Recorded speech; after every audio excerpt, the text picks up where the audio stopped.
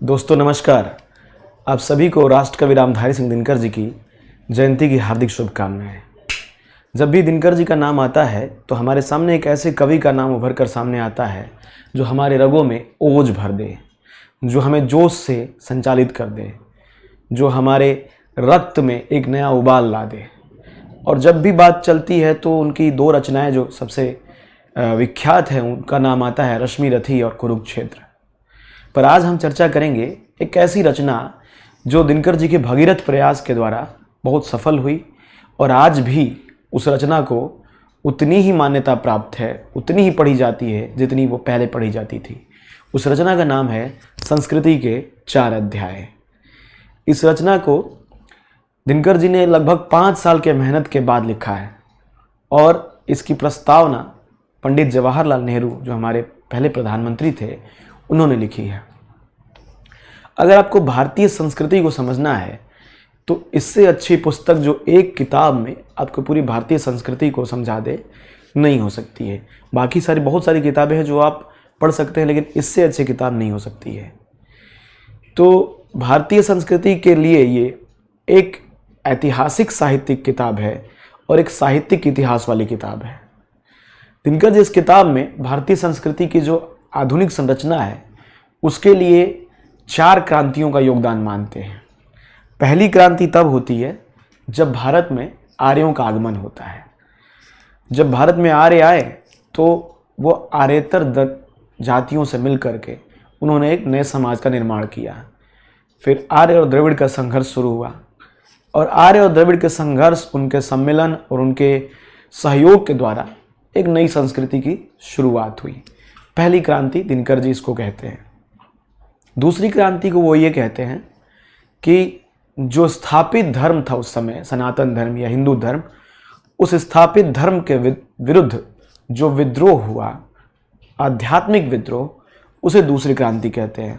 और वो आध्यात्मिक विद्रोह किया गौतम बुद्ध और महावीर जैन ने।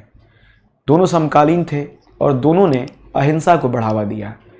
जो उस समय का जो सामाजिक स्ट्रक्चर था उसको उन्होंने विद्रोह किया और कहा कि जो हर चीज़ में बलि दी जाती है, पशुओं की बलि दी जाती है, और जो वर्ण व्यवस्था का सिस्टम है वो न केवल लोगों को सामाजिक रूप से डिग्रेड कर रहा है बल्कि समाज का भी धीरे धीरे पतन हो रहा है।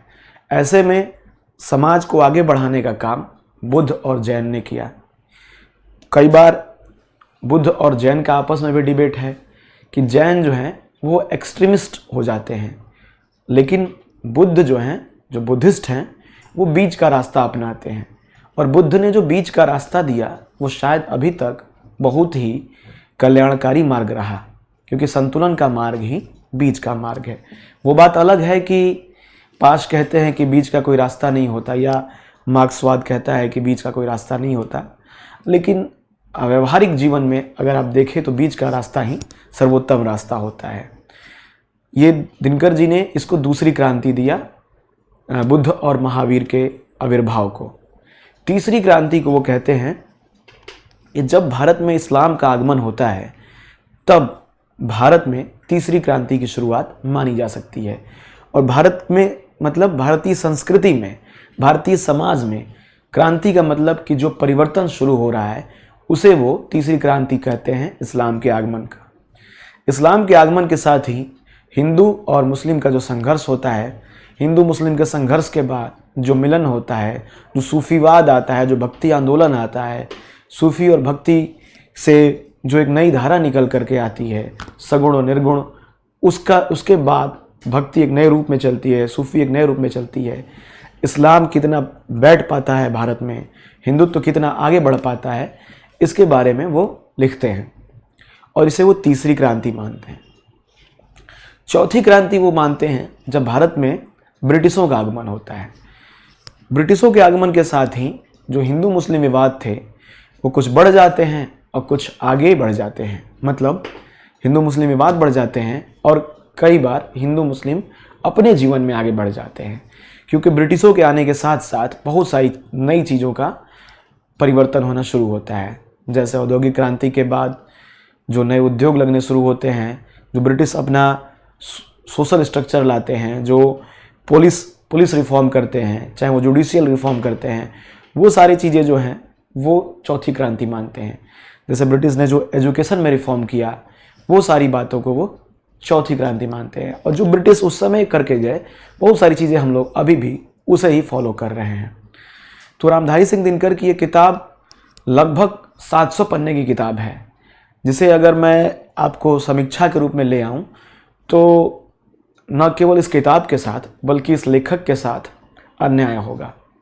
ये क्यों? क्योंकि जो व्यक्ति 5 साल इस किताब को लिखने में लगाया, बहुत रिसर्च बेस्ड किताब है, उस किताब को मैं अगर 15 मिनट या 20 मिनट में आपके साथ साझा कर दूं तो मुझे लगता है कि ये उस लेखक के साथ अन्याय होगा। अगर आप यूपीएससी के एस्पिरेंट हैं या सिविल सर्विसेज के एस्पिरेंट हैं, या अगर नहीं भी हैं फिर भी भारतीय संस्कृति को जानना चाहते हैं, तो इस किताब से अच्छी किताब कोई नहीं हो सकती है। रामधारी सिंह दिनकर इसमें लिखते हैं कि मैं इस किताब को बहुत बड़े एकेडमिशियंस के लिए नहीं, बहुत बड़े पढ़ाकू लोगों के लिए नहीं लिखना चाहता हूँ। मैं इस किताब को जन सामान्य के लिए लिख रहा हूँ ताकि वो पढ़े, जाने और समझें। इस किताब को लेकर के उस समय कुछ विरोध हुए, लेकिन विरोध के बावजूद भी ये किताब बहुत प्रचलित किताब रही है। मैं बस इस किताब से आपको इसके अनुक्रमणिका से कुछ चीज़ें शेयर कर देता हूँ। जैसे पहली क्रांति में जो आर्य और द्रविड़ का जो संघर्ष है, उसमें उन्होंने भारतीय जनता की रचना, दूसरा आर्य द्रविड़ समस्याएं और आर्योत्तर संस्कृतियों का मिलन, इन 3 प्रकरणों में पहली क्रांति को उन्होंने बांटा। द्वितीय अध्याय जो प्राचीन हिंदुत्व से विद्रोह, द्वितीय क्रांति जो होती है वह बुद्ध से पहले का हिंदुत्व, बुद्ध से पहले हिंदुत्व कैसा था, वैदिक काल कैसा था, वैदिक काल में स्त्रियों की दशा कैसी थी, शूद्रों का क्या हाल था। इसमें वो बताते हैं कि वैदिक काल में कैसे स्त्रियों को ऊंचा दर्जा दिया गया था, फिर उसके बाद उनका दर्जा निम्न होने लगा। मनुस्मृति की बात करते हैं, फिर वो अन्य धर्म ग्रंथों की बात करके आगे कहानी को बढ़ाते हैं। फिर जैन धर्म की प्रकरण 2 है, बौद्ध धर्म, वैदिक बनाम बौद्ध धर्म, प्राचीन भारत और बाह्य विश्व, बौद्ध साधना पर शाक्त प्रभाव और बौद्ध आंदोलन के सामाजिक प्रसंग, ये द्वितीय क्रांति के प्रकरण हैं। इस प्रकरण से आप समझ सकते हैं कि कितना विस्तार से उन्होंने लिखा है। तृतीय अध्याय में, मतलब जो तीसरी क्रांति है, हिंदू संस्कृति और इस्लाम, हिंदू मुस्लिम प्रश्न की भूमिका, इस्लाम धर्म के बारे में वो लिखते हैं। तीसरा, मुस्लिम आक्रमण और हिंदू समाज। चौथा, हिंदू मुस्लिम संबंध, इस्लाम का हिंदुत्व पर प्रभाव, भक्ति आंदोलन और इस्लाम, अमृत और हलाहल का संघर्ष, सिख धर्म, कला और शिल्प पर इस्लाम का प्रभाव, साहित्य और भाषा पर प्रभाव, उर्दू का जन्म और सामासिक संस्कृति का रूप, ये तीसरी क्रांति में उन्होंने प्रकरण लिखे हैं। चौथी क्रांति में भारत में यूरोपियों का आगमन, शिक्षा में क्रांति, ईसाई धर्म और भारतीय जनता, हिंदू नवोत्थान, ब्रह्म समाज, आर्य समाज, महाराष्ट्र में नवोत्थान, थियोसॉफिकल सोसाइटी, कर्मठ वेदांत, स्वामी विवेकानंद और लोकमान्य तिलक, अरविंद, गांधी, राधाकृष्णन, मुस्लिम नवोत्थान, मोहम्मद इकबाल, भारतीय राष्ट्रीयता और मुसलमान, इन सारे प्रकरणों में बांट करके उन्होंने किताब को समाप्त किया है। और मैं इस पुस्तक से आपको कुछ अच्छी अच्छी चीज़ जो मैंने अंडरलाइन की है वो मैं सुनाता हूँ। जैसे इस्लाम धर्म के बारे में जब वो लिखते हैं तो बताते हैं कि इस्लाम में और गीता में काफ़ी समानता है, गीता और इस्लाम को समान रखते हैं, क्योंकि इस्लाम भी क़यामत के दिन को मानता है, हिंदू भी प्रलय के दिन को मानते हैं। इस्लाम कहता है कि क़यामत के दिन आपका सब कुछ हिसाब किताब होगा। और वो बरज़ख एक शब्द है जिसको कहते हैं कि बरज़ख एक तरह का परलोक है। आदमी कब्र में रहता है कब तक जब तक कि क़यामत ना आ जाए। तो वो जो पीरियड है वो बरज़ख का पीरियड होता है। जब क़यामत आएगी, चांद में रोशनी नहीं रहेगी, सूरज और चांद सटकर एक हो जाएंगे, मनुष्य यह नहीं समझ सकेगा कि वह किधर जाए और ईश्वर को छोड़कर अन्यत्र उसकी कोई शरण भी नहीं है। जब तारे गुम हो जाएंगे, आकाश टुकड़े टुकड़े हो जाएगा, पहाड़ों की धूल उड़ जाएगी, तब अपने नबी अपने निर्धारित क्षण पर पहुँचेंगे। फिर जो 7वें आकाश, जो स्वर्ग की कल्पना है, उसमें हुर उल आयून जाति की 70 युवतियों की कल्पना है। जो 70 हुरें की कल्पना बार बार आपने कॉमन लैंग्वेज या कॉमन भाषा में सुनी होगी। 70 हूर की कल्पना। उसमें है कि हुर उल अयून की कल्पना, जिन युवतियों की आंखें काली काली और बड़ी बड़ी होंगी। इसके अलावा 7वें आकाश में एक पुष्पोद्यान होगा जहां झरने और फव्वारे होंगे, वहाँ पर दूध और मधु की नदियाँ बहती रहेंगी। कुछ ऐसी ही कल्पना हमारे हिंदू माइथोलॉजी में की गई है। ऐसा मैं नहीं कहता, इन्होंने लिख रखा है, सामाजिक संस्कृति को उन्होंने जोड़ करके बताने की कोशिश की है। इसके अलावा उन्होंने बहुत सारी बातें कही। एक वो बाले जिब्रिल का एक शेर कहते हैं कि तेरी बेलमी ने रख ली बेइल्मों की शान, आलिम फाजिल बेच रहे हैं अपना दीन ईमान। तेरी बेइल्मी ने रख ली बेइल्मों की शान, आलिम फाजिल बेच रहे हैं अपना दीन ईमान। कहते हैं कि कई बार पंडित हो जाना, बड़ा ज्ञानी हो जाना भी आपके हृदय को संकुचित कर देता है। आपका मस्तिष्क तो बढ़ जाता है पर आपका हृदय व्यापक नहीं होता है। इसके लिए हृदय की व्यापकता के लिए भावनाओं की पवित्रता होना जरूरी है, और भावनाओं की पवित्रता होने के लिए जो मस्तिष्क के झंझावात हैं, मस्तिष्क की कुटिलता है, उनसे बचकर रहना जरूरी है।